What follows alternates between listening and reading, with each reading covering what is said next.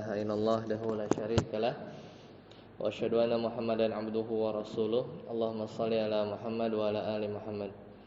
Alhamdulillahilladzi bi ni'matihi tatimmus shalihat. Alhamdulillah di malam hari ini kita bisa bertemu kembali ya. Betapa banyak nikmat yang Allah berikan kepada kita ya. Salah satunya di antaranya kita masih diberikan kesehatan ya, dimudahkan langkah kaki untuk menjalankan amal ibadah ya di salat Isya di malam hari ini, dan juga turun hujan ya. Allahumma shayban nafi'an. Ya, tidak terasa sudah masuk pertemuan keempat ya. Jadi Selasa ketemu Selasa ini berasa cepat ya. Sudah Selasa lagi gitu ya. Tidak terasa, dan sekarang kita masuk sesuai jadwal. Di malam hari ini kita slide-nya sudah saya kirim ya. Jadi masuk ke dars keempat, terakhir ya, kita sedikit mengulang. Terakhir kita sudah bahas berkenaan kelahiran dan kenabian ya, bagian 2. Jadi sudah selesai. Jadi di antara indikator pemahaman di pekan lalu ya, mudah-mudahan masih ingat. Jadi salah satunya adalah bisa ya, rekan-rekan semua bisa menjelaskan tentang bahwa Nabi Muhammad SAW itu ikut membangun Ka'bah ya. Kemudian poin yang lain ya, bahwasanya di pekan lalu ya, sedikit merajaah bahwasanya Nabi Muhammad SAW itu juga mulai ya, yaitu beliau sallallahu alaihi wasallam ikhtila ya, beliau mulai menyendiri ya di Gua Hira ya, dalam rangka bukan untuk meninggalkan kaumnya, tapi memang ada isyarat-isyarat ya, irhals namanya ya. Kalau sudah jadi nabi namanya mukjizat, tapi kalau tanda-tanda sebelum menjadi nabi ya, itu diantaranya pohon yang mengucapkan salam ya, kemudian mimpi ya, dan peristiwa-peristiwa lain yang mengiringi kenabian ya. Puncaknya adalah penerimaan wahyu pada beliau di Gua Hira. Nah, kemudian kita juga sudah jelaskan ya bagaimana proses turunnya wahyu ya, di surat Al-Alaq, Iqra bismi rabbikal ladzi khalaq ya. Kemudian beliau benar-benar gemetar ya, tidak direncanakan, karena satu kenabian ini bukan sesuatu yang diinginkan oleh Nabi Muhammad SAW ya, tidak sebagaimana tuduhan orang-orang orientalis ya, yang menyebutkan bahwa kenabian ini beliau memang ingin ya, atau Al-Quran itu memang berasal dari Nabi gitu ya. Padahal ini semuanya terbantahkan baik dari sisi sejarah dan juga logika, bahwasanya ketika pertama kali Nabi menerima wahyu itu beliau ketakutan ya, lari ya, kemudian bertemu istrinya Khadijah. Nah, itu diantara materi pekan lalu. Nah, hari ini ya kita masuk pertemuan keempat sesuai agenda, yaitu pembahasan atau topiknya adalah kita akan bahas dari sejak kenabian ya, dari sejak kenabian sampai hijrah ya. Nah, ini harus dibagi 3 ya, harus dibagi 3 pertemuan, karena memang banyak. Kita mau bercerita secara ringkas dalam 3 pertemuan ke depan itu durasinya itu 13 tahun ya, Nabi Muhammad SAW sampai akhirnya beliau hijrah. Jadi kita bagi menjadi 3. Nah, di antara indikator pemahaman lagi-lagi seperti biasa ya, jadi harapannya setelah selesai majelis ini, rekan-rekan semua bisa pertama ya, bisa menjelaskan bagaimana proses dakwah sirriyah, yaitu sembunyi-sembunyi. Jadi sembunyi-sembunyi ini bukan karena takut ya, atau takut kenapa-napa, tapi memang salah satu strategi ya. Karena Nabi Muhammad SAW itu kalau mau dakwah jariyah ya, secara terang-terangan di muka ya, di awal itu bisa saja ya. Karena Nabi nggak mungkin kan baru awal-awal misalnya langsung diperangi kemudian akhirnya Rasulullah SAW wafat ya, nggak ada ceritanya jadinya ya. Maka Nabi paham bahwa seorang Nabi itu pasti akan ditolong. Tapi ini memang salah satu siasat saja ya. Nanti ada hikmah-hikmah atau pelajaran kenapa dimulai dengan dakwah sirriyah. Itu pertama. Kemudian di antara poin yang kedua ya, keluar dari majelis malam ini ya, jadi rekan-rekan bisa menjelaskan bagaimana karakteristik atau proses dakwah setelahnya, itu jariyah yang mulai itu ketika Umar masuk ya, Umar masuk Islam. Karena di antara doa Nabi ya ketika itu ya, kuatkanlah umat Islam dengan salah satu dari dua orang, ya either itu Umar atau Abu Jahal ya. Jadi ya kalau salah satu masuk ya cukup gitu kan.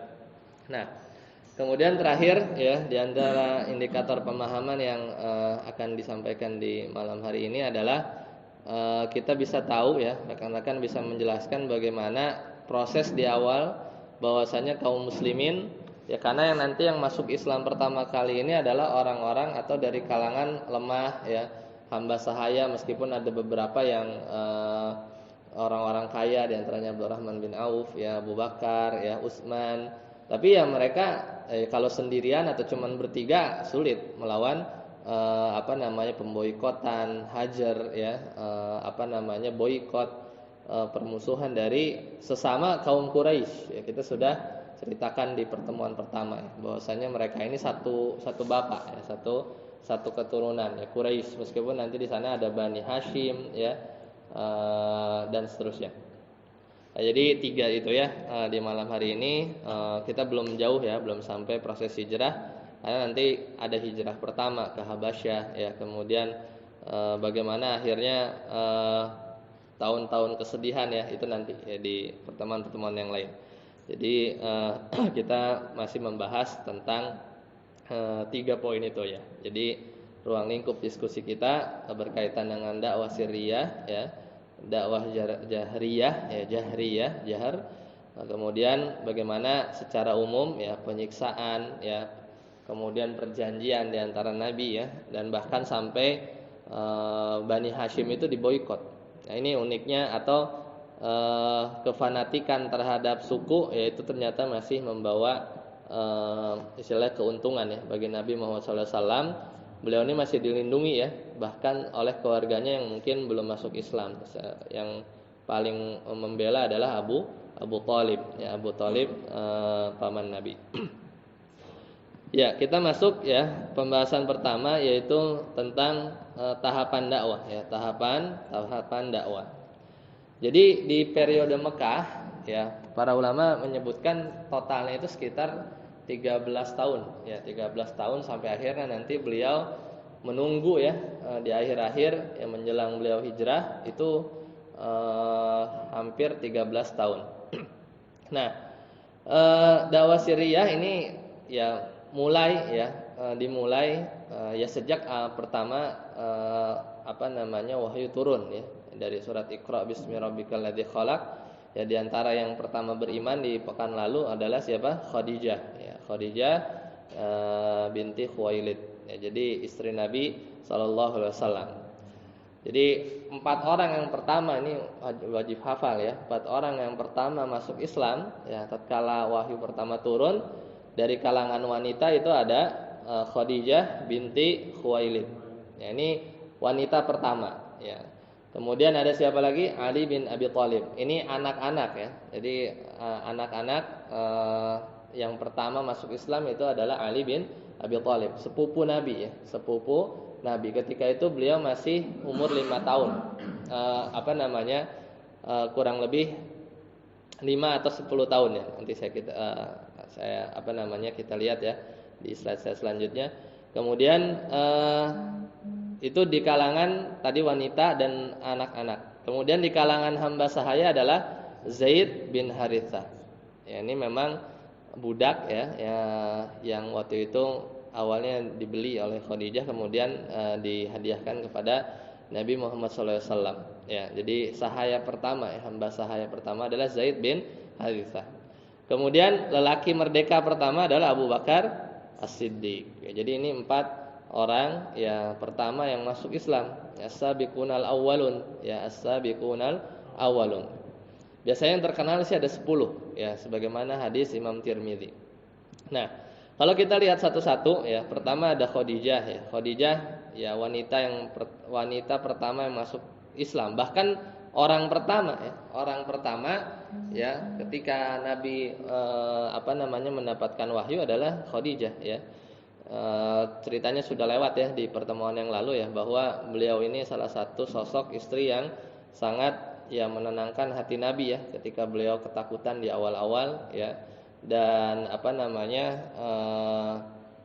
ya beliau yang pertama kali juga dulu tuh sholat udah ada. Jadi sebelum Isra Mi'raj itu sholat sudah ada ya. Jadi waktu awal-awal ya Nabi menerima wahyu, beliau mengajak Khadijah ya untuk sholat. Jadi dulu tuh sholat cuman ada pagi sama sore hari ya. Jadi sebelum Isra Mi'raj sudah ada sholat ya.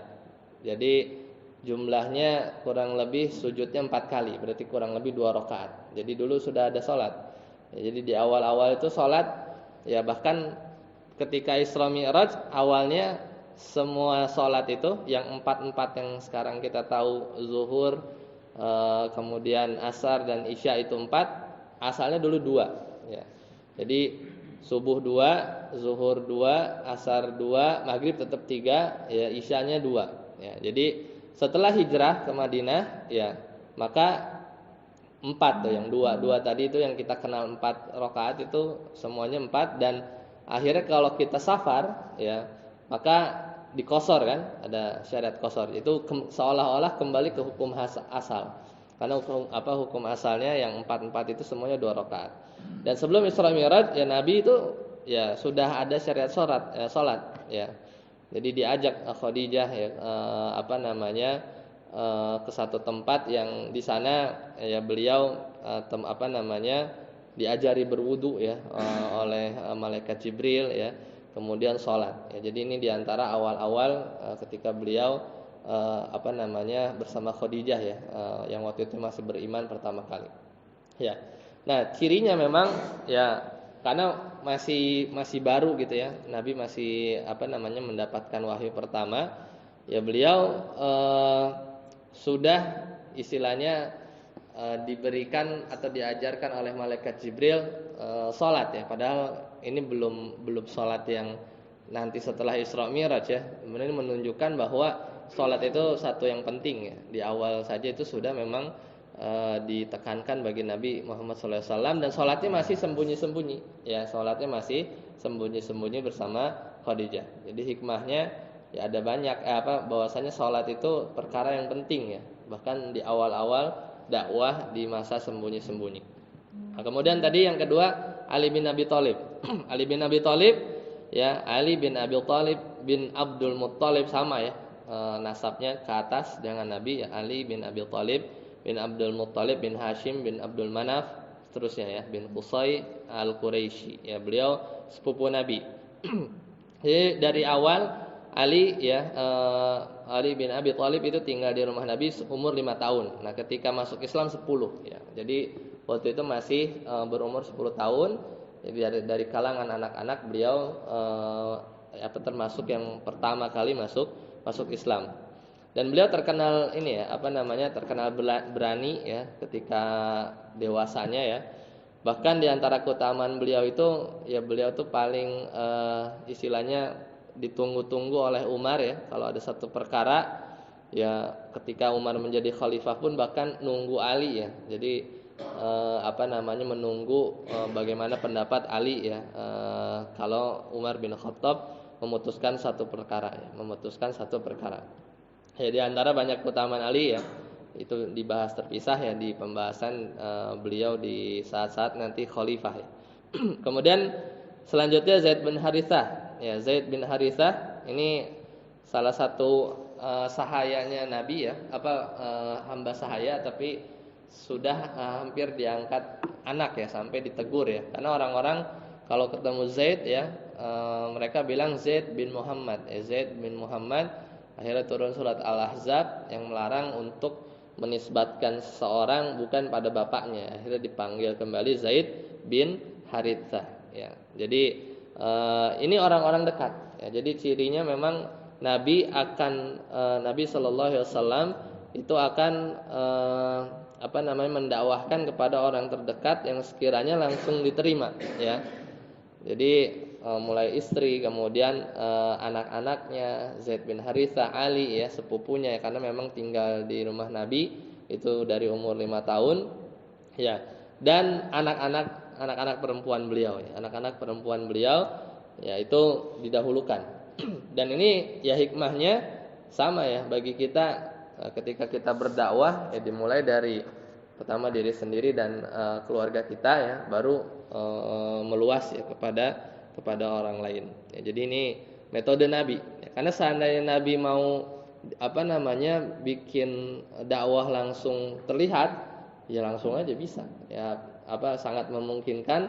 Tapi ya beliau memiliki strategi. Jadi seimbang antara tawakal dan usaha yang beliau lakukan. Ya, karena Nabi sadar ya ketika itu posisinya jumlahnya belum banyak. Ya, kalau di awal-awal ini langsung habis gitu orang muslim, mungkin nggak akan sampai ya Islam sampai saat ini ya. Maka beliau sangat memperhatikan hal tersebut ya kan, jumlahnya sedikit, di antara yang masuk tuh orang-orang lemah, miskin, banyaknya ya di awal-awal itu kan. Jadi nggak sulit ya untuk langsung dakwah terang-terangan ya sampai situasi terkendali ketika nanti Umar masuk ya. Maka nggak berani lagi tuh ya untuk mengganggu ya sebagian kaum muslimin. Nah, kemudian ada Abu Bakar ya, Abu Bakar As-Siddiq ya. Beliau umurnya lebih muda daripada Nabi ya, sekitar 2 tahun. Berarti waktu Nabi diangkat umurnya sekitar 38. Ya, beliau terkenal kaya ya, meskipun status nasabnya tidak sebagus yang lain ya. Jadi meskipun sama-sama Quraisy ya, tapi beliau punya status sosial yang tinggi ya, karena beliau paham ilmu nasab ya, orang kaya di kalangan Quraisy ya. Kemudian beliau juga pintar. Ya, jadi meskipun demikian tetap saja ya di selama 13 tahun Abu Bakar juga mengalami penindasan ya, kemudian sempat diikat ya sama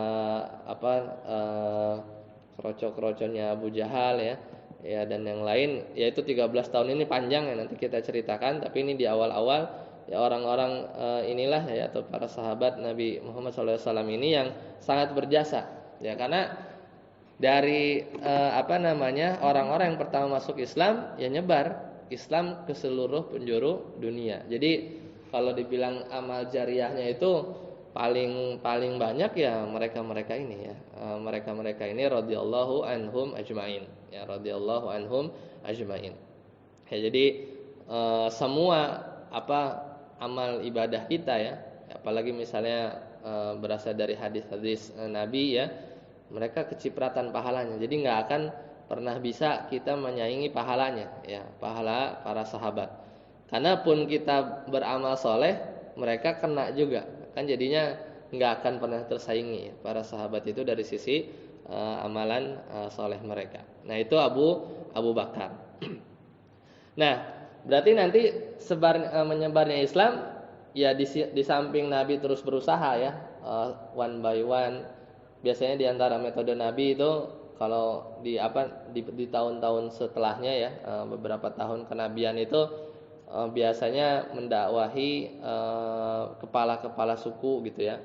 Tapi yang menjadi yang masuk awal, yang pertama kali masuk Islam ini pun menjadi agen-agen juga ya dalam penyebaran agama Islam. Salah satunya Abu Bakar ya, Abu Bakar As-Siddiq. Beliau punya jasa ya dalam mengislamkan Utsman bin Affan, yang karena mungkin sesama pengusaha gitu ya, masuk Islam di tangan Abu Bakar. Az-Zubair bin Awam ya, Zubair bin Awam. Kemudian ada Abdurrahman bin Auf ya, ini masuk ya Islam karena jasanya Abu Bakar. Jadi terus ya banyak para sahabat yang akhirnya masuk Islam. Sa'ad bin Abi Waqqas ya, Sa'ad bin Abi Waqqas, Talhah bin Ubaidillah ya. Itu nama-nama yang biasanya suka ditanya tuh, 10 orang yang masuk Islam ya, atau orang-orang yang dikatakan as-sabiqunal awwalun. Dan ini masing-masingnya punya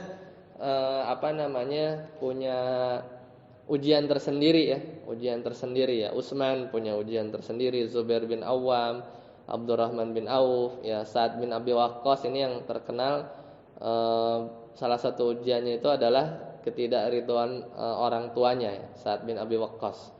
Ya bahkan ibunya tuh ngancem, kalau kamu ya wahai Sa'ad bin Abi Waqqas itu enggak mau balik lagi ke agama nenek moyang, maka ibunya itu mau mogok makan, ya mau mogok makan. Jadi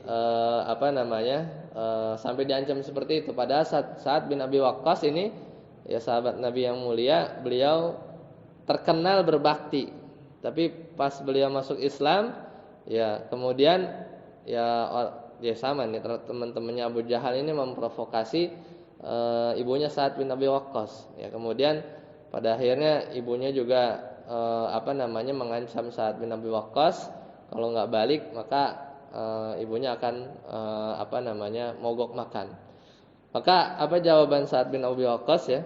Ya kata beliau dalam satu riwayat ya ummi ya wallahi ya, seandainya kamu punya 7 nyawa gitu ya, yang keluar satu demi satu ya, maksudnya mati terus hidup lagi, mati hidup lagi, maka aku tetap tidak akan meninggalkan agama Islam selama-lamanya. Jadi ya itulah potret ya. Kadang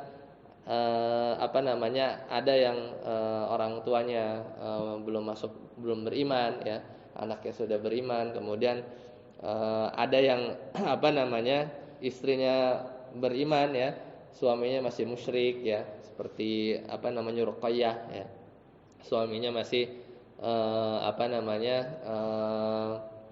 masih musyrik ketika itu ya, bahkan disuruh cerai ya oleh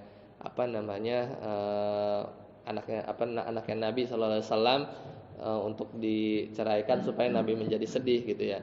Makanya Nabi Muhammad sallallahu alaihi wasallam itu dijuluki pemutus silaturahmi gitu ya. Karena gara-gara membawa dakwah Islam ya, yang tadi suami istri jadi pisah gitu kan, kemudian anak sama orang tua jadi seolah silaturahmi ini terputus, padahal sebenarnya mereka yang membuat hal tersebut ya. Padahal mereka tahu ya Nabi itu adalah Al-Amin ya. Mereka percaya ya bahwa Nabi ini amanah, tapi ketika mendapat wahyu ya, tapi mereka masih tidak mau beriman. Nah itu tadi salah satu kisah dari Sa'ad bin Abi Waqqas. Nah ada banyak ya. Biasanya yang sering kita dengar itu di antara hadisnya itu dari Imam Tirmidzi ya. Qala Rasulullah sallallahu alaihi wasallam ya, Abu Bakar fil jannah ya. Ini hadis lumayan panjang. Abu Bakar fil jannah. Kemudian wa Umar fil jannah, 2 ya. Wa Utsman fil jannah, wa Ali fil jannah, wa Talhah ya fil jannah, wa Zubair bin Awam fil jannah, wa Abdurrahman bin Auf ya. Kemudian wa Sa'ad ya, wa Sa'id, wa Abu Ubaidah ya, Ibnu Jarrah fil jannah. Jadi itu salah satu ya contoh hadis yang menyebutkan bahwa sahabat-sahabat yang mulia ini dijamin masuk surga ya, karena di awal-awal Islam. Nah itu sedikit ya beberapa awal-awal perjalanan ya, sampai akhirnya ya seperti biasa ya, bahwa perjalanan masih panjang dan wahyu terus turun ya, sampai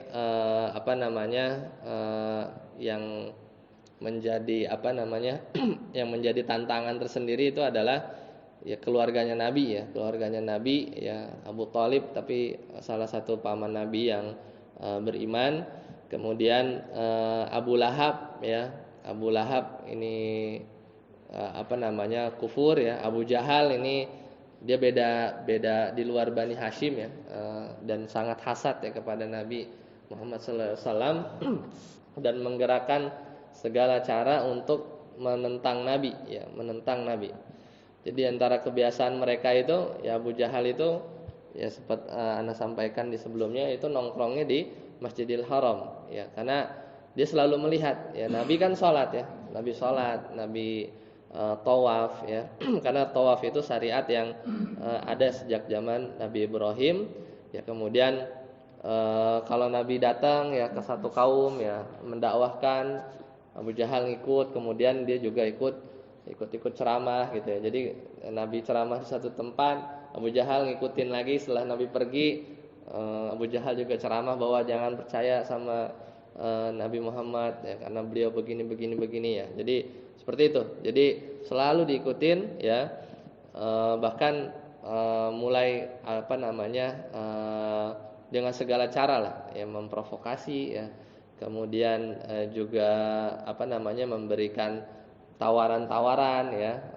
Pada akhirnya ya Nabi tetap berdakwah dan intinya masih masih dalam skop di kota Mekah ya, skop di wilayah Mekah ketika itu. Nah, itu poin-poin berkaitan dengan dakwah Siriyah yang dilakukan oleh Nabi Muhammad SAW. Nah, kemudian di antara karakter dari dakwah di awal-awal ini yang masih sembunyi-sembunyi ya, bahwa Nabi itu punya satu markas ya atau base camp ya. Ketika jumlah sudah banyak ya, sudah mulai bertambah ya, maka dilihat ya tetap selalu ada istilahnya ada pusat pembelajaran ya, ada pusat pembelajaran yang dilakukan oleh Nabi ya, karena Nabi juga terus mengajarkan ya, tidak semata hanya sampai bersyahadat ya bahwa mereka masuk Islam, tapi beliau juga membuat atau memilih satu tempat yang tempatnya ini cukup tersembunyi, bahkan sampai orang-orang Quraisy ya, Abu Jahal dan kawan-kawannya itu nggak tahu ya, yaitu di rumah Arqam bin Abil Arqam. Jadi ketika itu dipilih rumah beliau itu, jadi kalau di sini di slide sempat ini enggak ya, jadi kalau posisinya ini di slide nomor 14 ya. Jadi kalau itu foto di Masjidil Haram ya, tengahnya Ka'bah. Ya, jadi rumahnya atau Babul Arqam itu posisinya memang sedikit mojok ya. Kalau di sekarang sih udah jadi pintu ya, pintu Masjidil Haram ya, Babul Arqam namanya. Nah, jadi dulu itu Darul Arqam ya bin Abil Arqam. Dar itu rumah ya, dar itu rumah. Jadi dia tuh ada satu pintu yang waktu itu jumlahnya sekitar 30-40 sahabat ya, yang belajar ya. Dan ini berlangsung hampir 3 tahun ya. Jadi cukup lama dalam kondisi seperti ini. Dan beliau melakukan pengajaran di rumahnya beliau ya. Dipilihlah rumah Darul Arqam bin Abil Arqam. Nah, apa yang diajarkan? Ya di situ ada wahyu turun ya. Kemudian nanti para sahabat juga mengajarkan Islam kepada yang lain ya. Dan sampai yang biasa kita dengar atau yang suka jadi film itu datangnya Umar ya. Kalau di bulan puasa suka disetel tuh ya. Umar ya akhirnya datang kemudian sampai anaknya itu dipukul gitu ya. Itu sebenarnya hadisnya dhaif ya. Jadi salah satu riwayat yang sahih masuknya Umar itu dengan sebab mendengar ayat Al-Qur'an ya. Kalau yang biasa difilmkan itu beliau datang ya. Kemudian ingin bertemu dengan Rasulullah, kemudian para sahabat yang lain merasa terancam ketika itu ya. Padahal sebenarnya Umar bin Khattab itu ingin beriman gitu kan, ingin menyaksikan keislamannya. Ya ada dua versi ketika itu, dan memang itu salah satu doa dari Nabi Muhammad SAW yang dikabulkan. Ya, jadi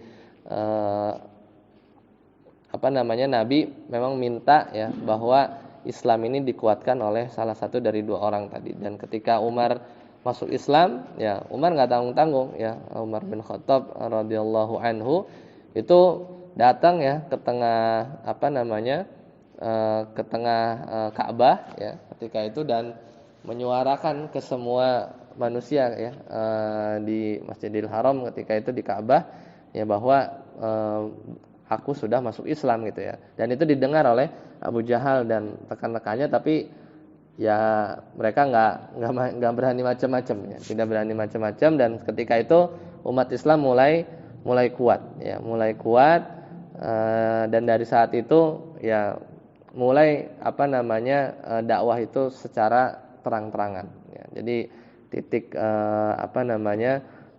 baliknya adalah di situ ya. Titik baliknya adalah di situ. Nah, masuk sekarang ke dakwah jahriyah. Ya, jadi di antara awal-awal menampakkan dakwah ya. Jadi ketika dakwah ini mulai, umat Islam sudah mulai banyak ya meskipun masih dalam kondisi yang tertindas ya. Kemudian berbagai macam strategi ya dari Abu Jahal dan kawan-kawannya ini juga bikin taktik ya untuk menolak dakwah Nabi ya. Kemudian dari sini juga kan nanti terlihat kesabaran beliau ya dalam menghadapi mereka ya, bahkan ketika sudah mepet ya, ketika sudah mulai hampir putus asa ya bahkan nanti mereka ini orang-orang kafir Quraisy merencanakan ya hal-hal yang membuat Nabi sedih ya dari sisi psikologis ya, cercaan-cercaan ya, kemudian dari sisi mulai berani juga ya main fisik gitu ya. Ya salah satu hadis itu ketika Nabi mau sholat ya, jadi memang sudah diincar gitu ya, ketika Nabi sujud itu mau diinjek gitu ya kepalanya, tapi ada sesuatu yang membelenggu diri Abu Jahal ya ketika itu karena dia memang ditahan oleh malaikat. Kata Nabi seandainya dia masuk terus ya maka dia akan binasa gitu, tapi akhirnya tidak ya, nggak bisa. Tapi beda dengan Ibnu Mas'ud ya, yang juga melakukan hal yang sama gitu kan.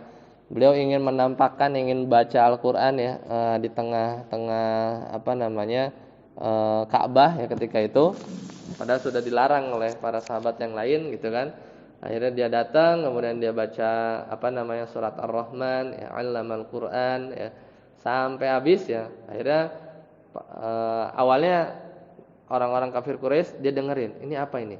Ya, kemudian ketika disimak dengan seksama, akhirnya ini bacaannya Muhammad ini gitu kan. Akhirnya digebugin Ibnu Mas'ud radhiyallahu anhu ya, dan akhirnya beliau pulang ya, kemudian ketemu sahabat yang tadinya memperingati dia, jangan kayak begitu. Ini yang saya khawatirkan terjadi kepadamu ya. Kata Ibnu Mas'ud, besok saya mau baca lagi ya.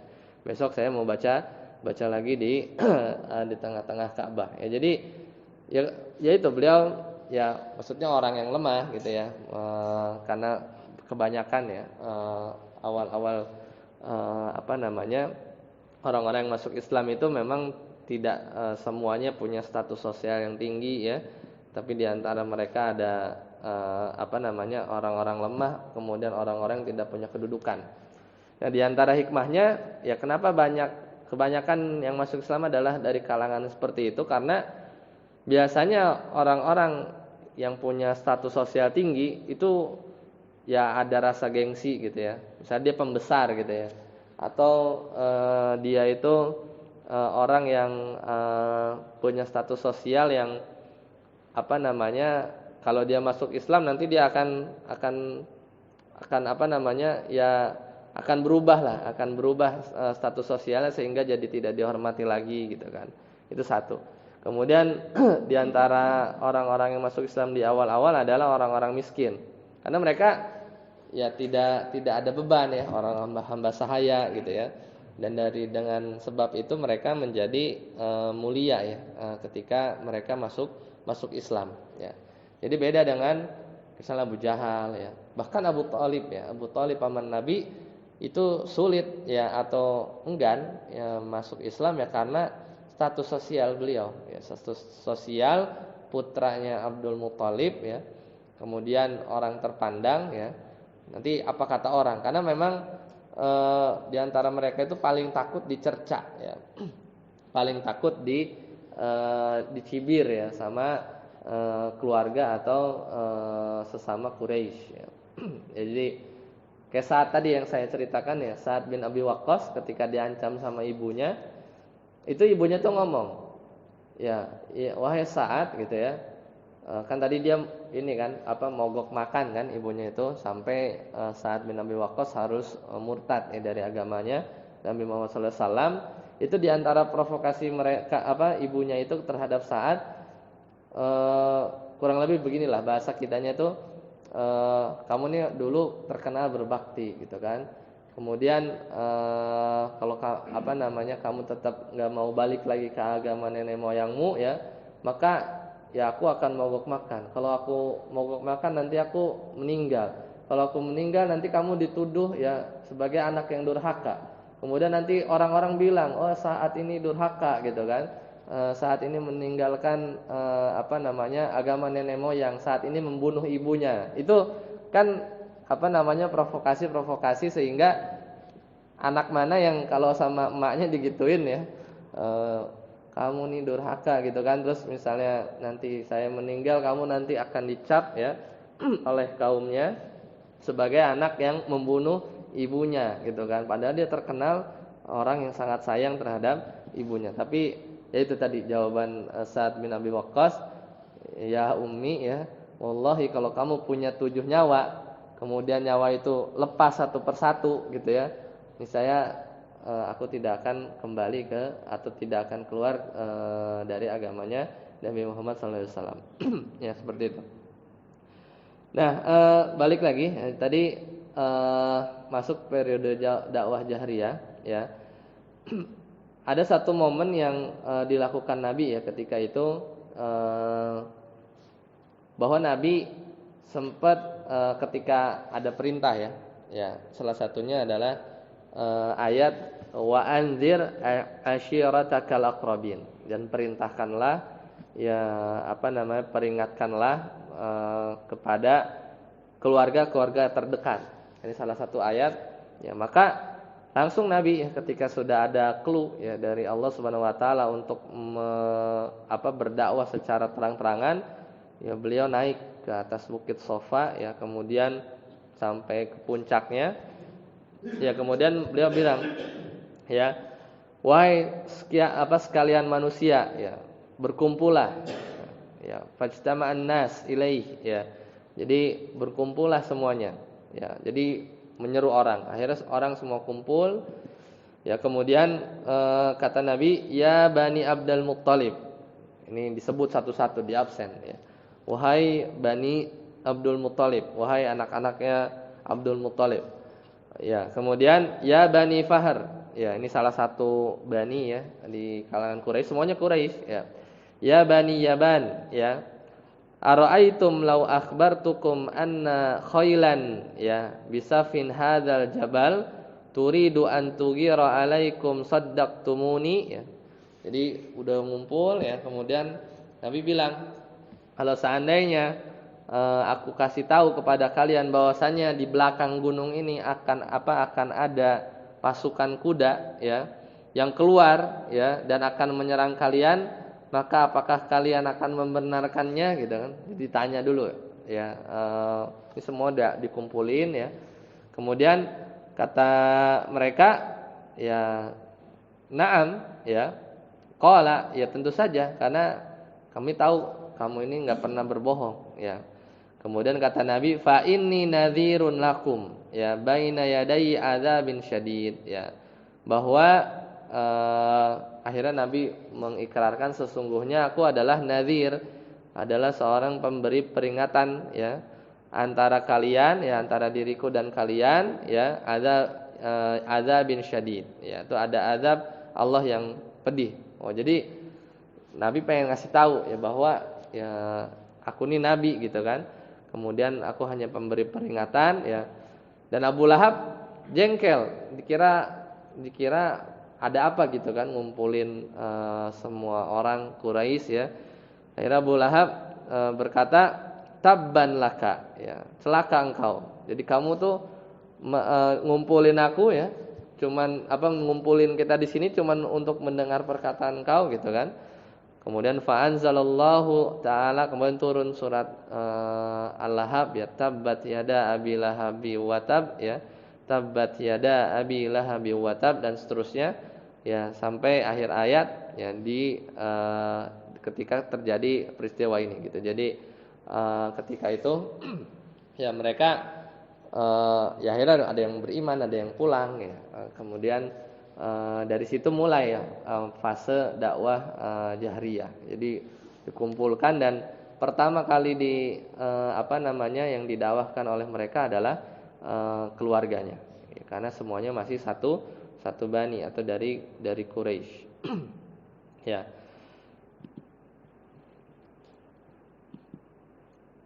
Ya, di antara tadi ya karena makin panas ya kondisi saat itu, berarti kurang lebih di tahun kenabian keempat atau kelima ya. Dan Abu Lahab ya, sekali lagi tadi salah satu yang sangat menentang ya. Dan Abu Lahab ini punya anak namanya tadi Utbah bin Abu Lahab ya, bin Abi Lahab ya. Jadi dan beliau ini menikah dengan Ruqayyah ya, Ruqayyah.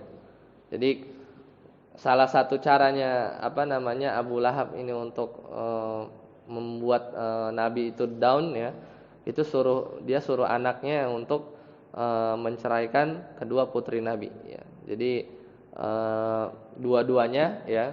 Jadi Abu Lahab itu punya dua anak, satu namanya Utbah ya, ini menikah dengan Ruqayyah, satu lagi namanya Utaibah ya. Karena memang jengkel ya, dia bilang sama anak-anak ini, ceraikan anak-anaknya Nabi ya, istri-istri kalian maksud. Dan istrinya Nabi itu Utbah itu nikah sama Ruqayyah, diceraikan ya. Kemudian Utaibah ya, itu sebelumnya adalah suaminya Ummu Kulthum ya, itu juga diceraikan. Jadi memang gimana caranya bikin Nabi itu sedih ya, Nabi itu sedih ya. Dan akhirnya ya anak-anak Nabi ini nanti dinikahi oleh Utsman ya, Utsman bin Affan di kemudian hari. Ya, jadi itu salah satu ujian ya yang didapatkan oleh keluarga Nabi ya. Dan biasa ya ketika di periode Mekah ini kan salah satu surat-surat yang turun itu surat-surat Makkiyah, itu kisah-kisah Nabi ya. Jadi seolah-olah Allah Subhanahu wa taala ingin menghibur Nabi bahwa ujian model begini pun itu terjadi pada nabi-nabi sebelumnya gitu ya. Jadi nanti turun ayat-ayat yang berkaitan dengan Nabi Lut ya, kemudian Nabi Hud ya, bahkan Nabi Yusuf juga ya. Itu termasuk ayat-ayat Makkiyah yang turun ketika Nabi belum hijrah. Ya, jadi dari situ ya muncul kisah-kisah Nabi ya yang turun dalam Al-Qur'an, itu menghibur Nabi dan menguatkan Nabi bahwa ya sebagaimana Nabi udah tahu kan waktu awal Nabi menerima wahyu itu kan dibawa ke Waraqah bin Naufal ya. Kan udah diwanti-wanti kelak kamu ini akan diusir gitu kan. Dan itu sampai dikonfirmasi sama Nabi, benar gitu kan, aku bakal diusir, kan itu satu perkara yang berat gitu. Ya benar ya, seandainya aku masih hidup maka aku akan menjadi pembelamu. Tapi gak lama Waraqah bin Naufal meninggal, itu di pertemuan yang lalu. Nah itu poin-poin berkaitan dengan dakwah jahriyah ya, jahriyah. Nah terakhir sebenarnya nanti kita lanjutkan di pertemuan akan datang ya untuk detailnya, cuman sebagai awalan. Jadi di antara bentuk penindasan gitu ya, penindasan mereka gitu ya kepada orang-orang yang beriman ya, mulai dari misalnya Bilal bin Rabah ya, yang beliau tuh memang sengaja dijemur gitu ya sama majikannya ya. Dia budaknya siapa? Umayyah bin Khalaf ya, Umayyah bin Khalaf ya. Beliau Bilal ini dari Habasyah ya. Jadi memang sengaja itu dibikin kalau nggak nabinya kaum muslimin yang lain itu pada disiksa gitu ya, pada disiksa. Kan penyiksaan ini bikin yang disiksa juga menderita, tapi yang lebih menderita itu nabi. Gimana sih nabi itu ngajak ke satu agama yang para nabi itu nggak bisa ngapa-ngapain juga, ya kan? Yang diajak udah beriman, loyal gitu kan, bertauhid ya, beragama Islam. Kemudian di waktu yang sama nabi juga mendapat penindasan. Di sisi yang lain model-model orang lemah kayak Bilal bin Rabah gitu kan, itu juga memang perangnya itu belum fisik tapi perang psikologis gitu kan. Jadi Bilal itu memang sengaja sama Umayyah bin Khalaf itu diikat lehernya ya, ditelentangin di pasir, ditaruh batu ya. Kemudian Bilal cuma bilang apa? Ahadun ahad gitu kan. Ahadun ahad. Dan ahadun ahad ini itu satu kata. Kenapa enggak bilang Allahu Akbar gitu ya? Bilal ya ketika disiksa itu kenapa enggak bilang Allahu Akbar, subhanallah ya gitu. Kenapa enggak bilang begitu? Karena dengan ngomong ahadun ahad itu tuh bikin Umayyah bin Khalaf makin jengkel. Karena itu kan benar-benar langsung ke intisari dari kemusyrikan mereka gitu, bahwasanya ya Allah cuman satu, ahadun ahad, cuman satu Allah yang Maha Esa gitu, sebenarnya artinya itu. Cuman yang dia ucapkan ahadun ahad, ahad ahad gitu ya kan. Dan karena makin jengkel ya itu dijemur ya. Jadi memang cuman itu aja. Nanti udah sore pulang lagi, besoknya sengaja disuruh tidur, telentangin, taruh batu ya. Ya kemudian dijemur lagi gitu ya. Dan masih terus nyebutin ahadun ahad. Sampai ya karena Nabi juga enggak tega gitu ya. Tidak tega terhadap perlakuan yang diterima oleh Bilal. Ya dan Nabi juga enggak bisa berbuat banyak. Akhirnya dia ngomong sama Abu Bakar ya Siddiq ya untuk membebaskan membebaskan siapa? Bilal. Akhirnya dibeli. Ya. Dan nanti Umayyah bin Khalaf ini bakal ketemu Bilal di perang Badar ya. Gitu. Ini majikan saya nih yang udah nyiksa saya. Nanti ada kisahnya dan Umayyah bin Khalaf itu takut ya ketika di perang Badar itu dengar ahadun ahad. Udah tahu nih kayaknya mantan budak ini akan balas dendam. Jadi satu riwayat memang yang eksekusinya itu Bilal ya bin Rabah. Jadi yang dulu beliau Umayyah bin Khalaf ini nyiksa Nabi. Ya. Kemudian yang terkenal itu kisahnya Amr bin Yasir yang keluarga Yasir ya. Jadi Yasir ini sebenarnya orang luar, bayangin. Jadi Yasir ini pendatang ya. Jadi datang ke Mekah ya, pengen bekerja gitu kan. Dan tapi akhirnya sekeluarga ini masuk Islam ya secara diam-diam. Tapi akhirnya ketahuan juga sama siapa? Abu Jahal. Abu Jahal ini memang tokoh yang sebagian ulama iblis saja tuh udah kalah sama Abu Jahal ini ya. Jadi nanti ada kisahnya ketika Nabi mau pergi itu Mekah tuh udah sepi ya. Mekah tuh udah sepi karena udah pada satu-satu gitu kan. Tinggal Nabi aja nih yang belum nunggu komando ya dari wahyu dari Allah Subhanahu wa taala untuk pergi. Nah, ini udah tahu orang-orang kafir Quraisy, Abu Jahal dan keroconnya ini udah menyadari, wah bahaya nih.